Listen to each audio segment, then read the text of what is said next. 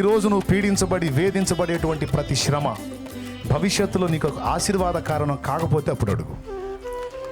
ఈరోజు నలిగిపోతున్నావు కదా నువ్వు, ఒకనాడు వాటిని తలంచుకొని ఆ రోజు ఆ నలుగుడు నాకు లేకపోతే అమ్మో నేనేమైపోయేదాన్నో ఏమైపోయేవాడినో, దేవుడు నన్ను అలా చెక్కటం నాకు చాలా ఉపయోగమైంది, ఈరోజు నేను నంబర్ 1 పొజిషన్లో ఉన్నానని నువ్వు చెప్పకపోతే అప్పుడు అడుగు.